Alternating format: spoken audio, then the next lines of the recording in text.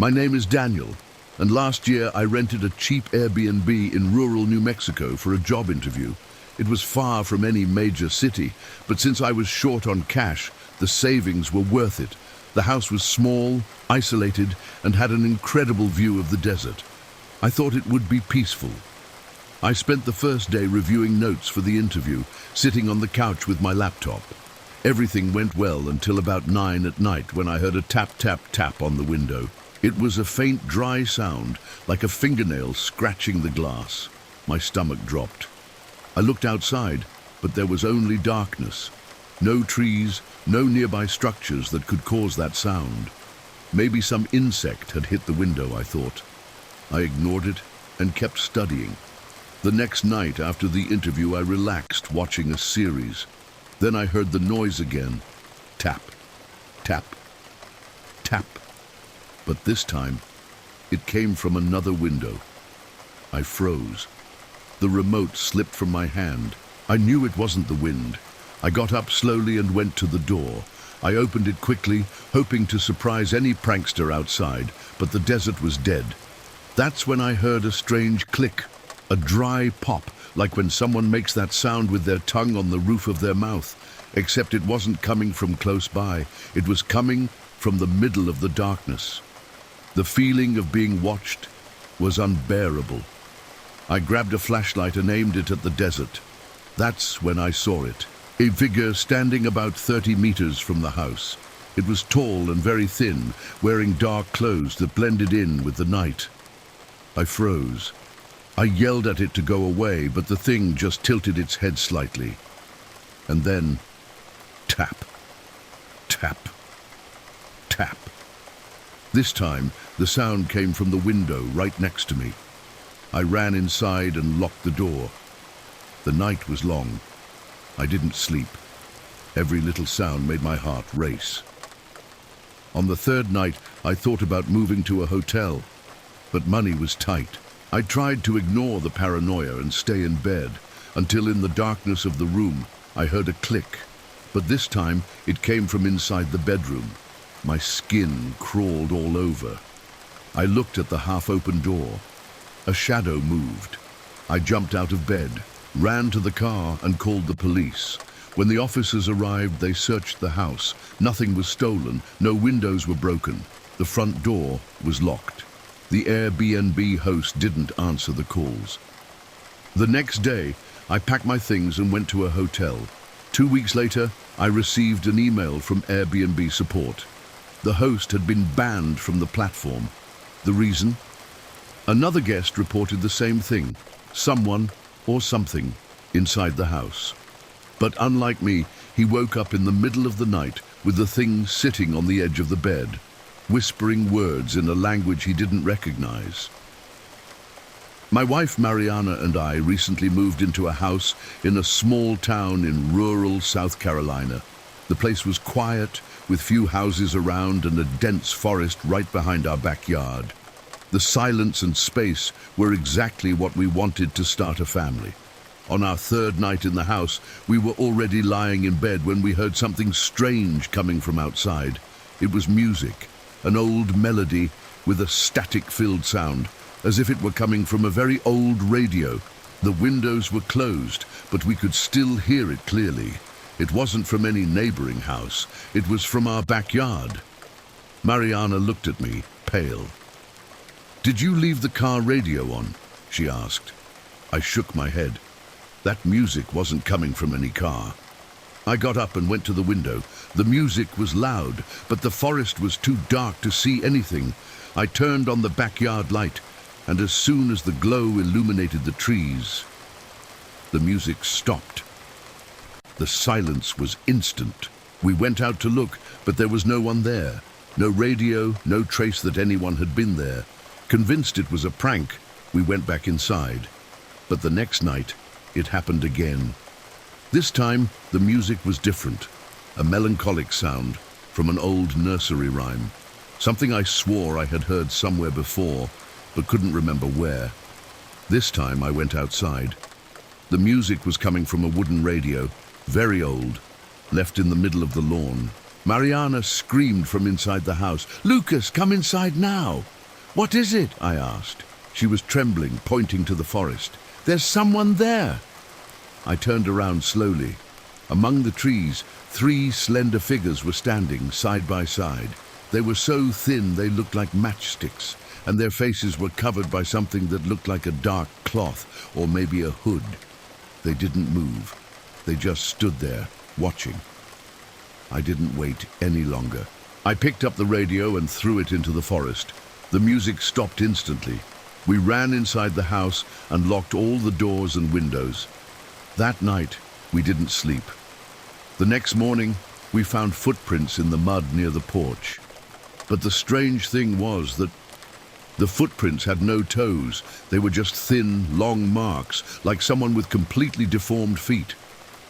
We called the police, but they found nothing but the tracks. 2 nights later, we woke up to the sound of something scratching at our front door. I called the police again and kept watch from the window. What I saw almost made me vomit. On the other side of the door, someone was there, not knocking, not trying to get in, just leaning against the wood, listening. When the patrol car arrived, no one was there anymore. The next day, we moved to a hotel. We sold the house without ever going back. The new owner sent us an email a month later. It just said, "The music is back. What did you do?" I worked as a nurse in a psychiatric hospital on the outskirts of Seattle. The building was old, with cramped hallways and a constant smell of mold. I already had experience caring for patients with Alzheimer's and dementia, so the job wasn't new to me. But what happened that night was something I could never explain. My shift started at 10 p.m. and ended at 6 a.m.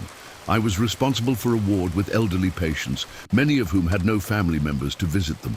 Some had hallucinations and talked to themselves, so hearing voices down the hall was common. But Lydia, one of the patients, always said the same thing.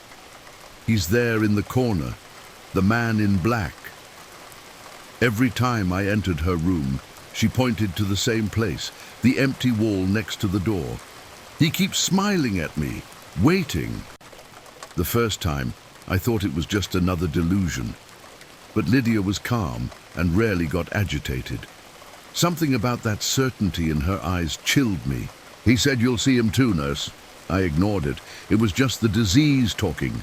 Until that night, everything changed. 3:47 a.m.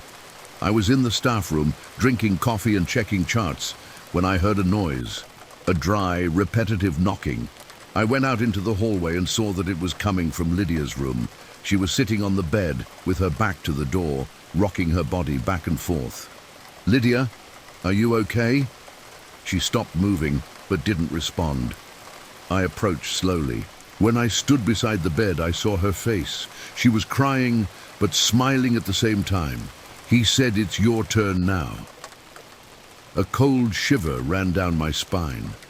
Before I could ask anything, the light flickered and went out. The room went pitch black. That's when I heard it. A sound of something scratching the floor, coming from the corner of the room. I felt a weight on my chest. My instinct told me not to look, but I looked, and there he was. A tall, thin man, dressed in an old-fashioned suit. His face was pale, with sunken eyes, and a smile too twisted to be human. He shouldn't have been there. I wanted to scream, but my throat locked up. That's when he moved. He didn't walk. He glided towards me. I ran out of the room, tripping over my own feet. When I turned to look back, the hallway was empty. I went back with another nurse, but Lydia was asleep, as if nothing had happened. The next day, I requested a transfer to another sector. Before leaving, I went back to Lydia's room to say goodbye. She looked at me, smiled, and said, "He liked you." I left without looking back. 3 weeks later, I received an email from a former co-worker. Lydia was found dead in her bed. On the mirror in her room, someone had written with their fingers, "Now it's your turn."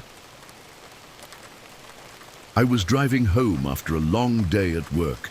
It was past midnight, and the road I was taking was surrounded by a dense forest. It wasn't the fastest route, but it was the only one that avoided city traffic. The night was warm, the radio was playing softly, and the car's headlights illuminated only a few meters ahead, until I heard the first scream. I braked sharply. The sound came from the darkness of the forest, to my left.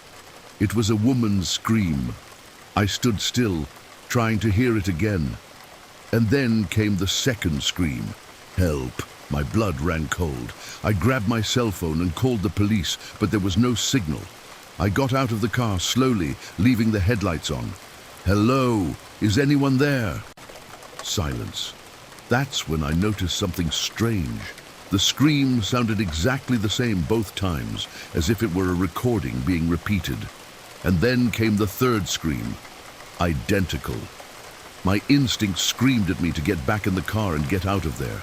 But something made me take a step forward. The undergrowth ahead of me was flattened, as if something had passed through there. I grabbed my cell phone and turned on the flashlight. That's when I saw it. Footprints. But they were strange. They looked human, but they were backwards. I felt my heart race. Someone or something was luring me into the forest. That's when I heard other footsteps. Heavy, fast, running towards me. I froze. I turned around and ran to the car. Before getting in, I looked one more time at the forest. And there, among the trees, was something watching me. It was too tall. The body, thin and twisted, the arms unnaturally long, and the head was just like mine. And then it opened its mouth and repeated the cry for help, exactly the same.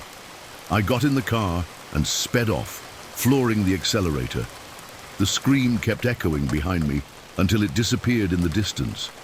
I never took that road at night again. But sometimes, late at night when I'm trying to sleep, I still hear that scream, and the worst part, now it's coming from my window. My name is Gustavo, and my wife Natalia and I recently moved to a house in the countryside of Santa Catarina. We wanted to escape the big city, the noise and the rush. The house was spacious, surrounded by a large green area with no neighbors nearby. It seemed perfect. For the first few days, everything was normal. We spent the day unpacking boxes and organizing the house. At night, we watched TV or went out to admire the starry sky. Until, on the fourth night, everything changed. It was past midnight when we heard it. Music, an old song coming from somewhere in the backyard. Natalia looked at me, scared. What is that? I went to the window and tried to identify the source of the sound. The music was slow, with a distorted melody, as if it were coming from a very old radio. We went out the back door with a flashlight in hand. And there it was, a radio right in the middle of the lawn, an old wooden radio covered in dust. The music was still playing, but the radio wasn't plugged in. There was no cord, no battery. Natalia held my hand, trembling. Gustavo, let's go inside. I turned off the flashlight and went back inside with her. As soon as we closed the door, the music stopped. That night, we didn't sleep. The next day, I decided to throw that radio away. I picked it up with a shovel, without touching it, and took it to the city dump. I thought that would solve everything. But the next night, the music returned. I ran to the window. The radio was back in the same spot in the backyard, and this time, there was someone standing next to it, a woman, wearing an old dress, her face covered by a black veil. She was holding the radio and seemed to be dancing to the music. Natalia held my arm tightly, unable to say anything. The woman stopped dancing. She slowly turned towards us and pulled up the veil. There was no face there, just smooth skin, without eyes, without a mouth, without a nose. The music started playing in reverse, and then the woman turned and ran towards the house. We closed all the doors, turned off the lights, and hid in the bedroom. The music played all night long. The next morning, the police came. They looked in the backyard, searched the area, and found something buried under the radio. The body of a woman with a black veil over her face. The date of death? Exactly 50 years ago. We moved out that same day. But even today, from time to time, Natalia and I hear that music playing in the distance. And we're sure of one thing. She's still looking for us. My name is Lucas. I'm 26 years old, and I work as a nurse. Before moving to where I live now, I spent a few months working in a geriatric hospital in the interior of Paraná. I was used to dealing with elderly patients, but this hospital had a specific sector for patients with advanced Alzheimer's, and that's where it all happened. There was a lady named Donna Nair who was in the most severe stage of the disease. She spent her days in silence, staring into nothingness, with her eyes always wide open. She never said anything. But on my second night shift, while I was organizing the paperwork in the infirmary, I heard a voice whispering my name. Lucas. I looked around. The hallway was deserted. I went to the patient's room and saw that Donna Nair was sitting on the bed, looking directly at me. She never looked at anyone. And then she smiled. They're coming, she whispered. I froze. Who's coming, Donna Nair? She just kept smiling. The next morning I asked the head nurse if Donna Nair used to talk. She hasn't spoken in years, Lucas. I wanted to believe I had imagined it all, but the next night, I woke up in the middle of my shift, dozing in the break room. There was someone breathing heavily in the hallway. I got up slowly and peeked through the crack in the door. Donna Nair was standing in the middle of the hallway, looking directly at me. She shouldn't be able to walk alone. The light flickered, and when it came back on, she wasn't there anymore. I ran to her room. She was in bed with her eyes closed, but her lips were still moving, as if she was whispering something. I got closer, and then I heard it. Other voices whispering along with hers. Many voices. I ran out of there, almost knocking down the door. The next morning I told the head nurse everything. She looked at me seriously. Lucas, Donna Nair passed away 3 days ago. I never went back to that hospital, but sometimes, late at night, I still hear someone whispering my name in the dark. My name is Raphael, and this happened to me about 5 years ago when I was coming home from work late at night. I lived in the interior of Santa Catarina and worked in a neighboring town, so I needed to drive for about 30 minutes on a road surrounded by bush and farmland. It was around midnight, and I was already used to the empty route with no cars or houses nearby. Just that straight, dark road lit by my car's headlights. That's when I heard a scream, a desperate scream from a woman. I slammed on the brakes. My heart raced as I looked around. There was no one there, just the cornfields swaying in the wind. My mind was trying to find a logical explanation. Maybe it was an animal. Maybe I was too tired and imagining things. I shifted gears to continue my journey, but then I heard it again. Help me. This time, it came from the right side of the road. I looked over there, and then I saw the silhouette of a woman among the cornstalks. She was facing away from me, motionless, as if waiting for me to approach. My instinct told me to accelerate and leave, but something in the way she was standing there, something didn't seem right. I turned off the high beams and got out of the car slowly. Ma'am? My voice came out more shaky than I wanted. She didn't respond, but she started to move. She didn't turn her face. She just walked into the cornfield, disappearing among the plants. And then, the crying started again. It was more distant, as if trying to lure me there. My whole body went cold.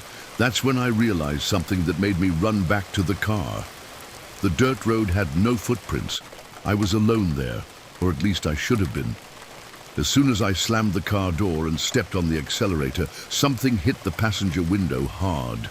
I glanced over and saw the pale face of a woman with completely black eyes smiling at me.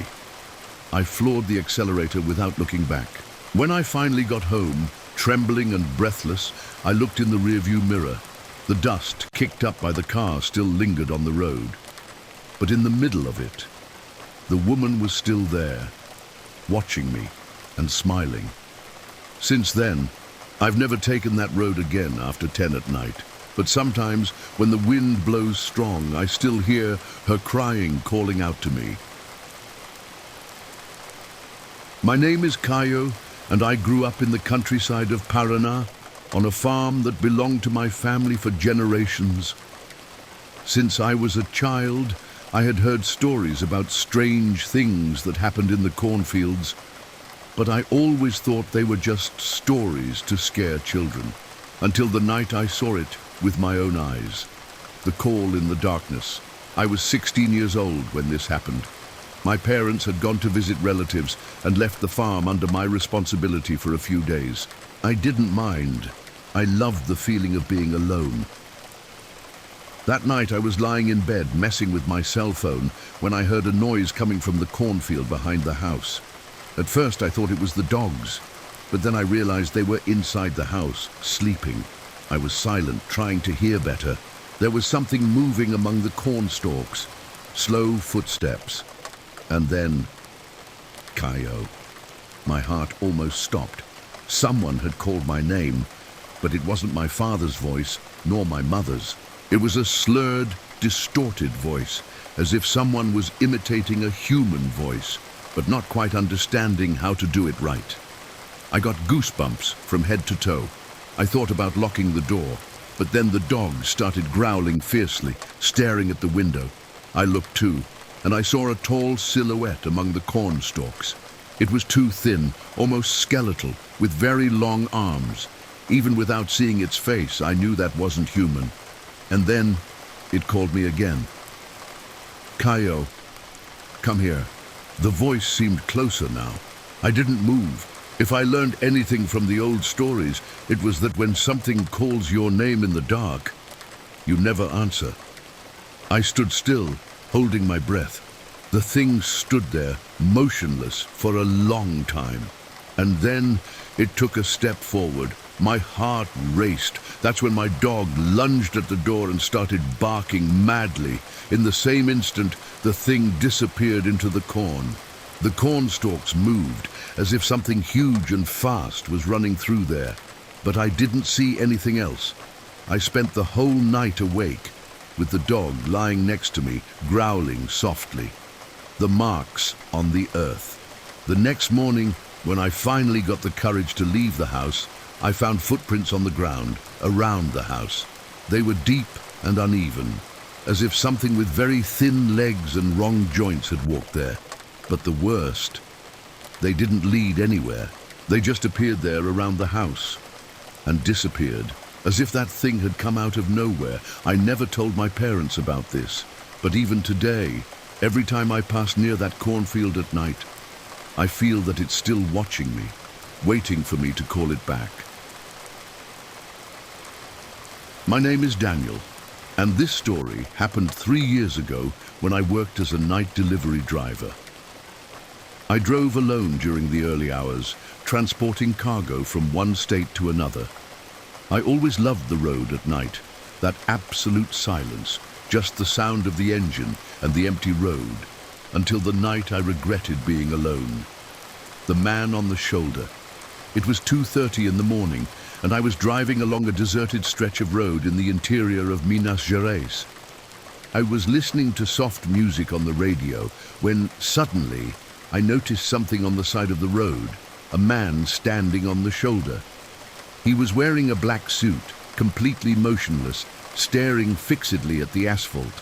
His face was too pale, and he didn't seem to blink. I immediately got chills. The road was absolutely deserted. No cars ahead, no headlights in the rearview mirror. What was that man doing there, alone, in the middle of nowhere? I slowed down, but I didn't stop. Never stop. And then he turned his head to me. It wasn't a normal movement. It was abrupt, dry, as if his neck had been twisted all at once. And I saw his face. His eyes were completely black, smiling. I felt an indescribable dread and accelerated the truck, my fingers trembling on the steering wheel. When I looked in the rearview mirror, he wasn't there anymore. The voice on the radio. I kept driving for a few more kilometers, trying to calm down. I must have imagined that. It must have just been a play of light and shadow. That's when the radio started to crackle, a shrill, distorted sound. And in the middle of that noise, a voice whispered my name. Daniel. I froze. I quickly looked at the truck's dashboard. The radio was off. The crackling continued. Daniel, you shouldn't be here. My blood ran cold. I floored the accelerator. The crackling stopped. For a few seconds, only the sound of the engine and the empty road. And then, the passenger seat sank, as if someone was sitting there. My vision darkened for a second. Such an intense fear took over my body that I could barely breathe. I didn't want to look to the side, but my eyes moved on their own. And there he was, the man in the black suit, inside the truck. His smile was bigger now, stretched too wide for a human face. He opened his mouth as if to say something, but all that came out was a dry, deep sound, as if someone was trying to imitate a human voice, without success. My body reacted before I could think. I jerked the steering wheel with everything I had. The truck went off the road, skidding and almost tipping over. The world spun, and a brutal impact threw me against the dashboard. And then, darkness. What was left behind? I woke up in the hospital hours later. The doctor said they found me unconscious on the road near the overturned truck. I tried to explain what had happened, but they said there was no one else in the vehicle. No sign of another passenger, no footprints. But I knew the truth, and the most horrifying part? When I went to pick up my things from the destroyed truck, I found a folded piece of paper on the passenger seat. On it, there was only one sentence written in shaky letters. You shouldn't have looked. Since that night, I've never driven alone at dawn, and every time I see someone standing on the shoulder watching the cars go by, I wonder if he's still waiting for me.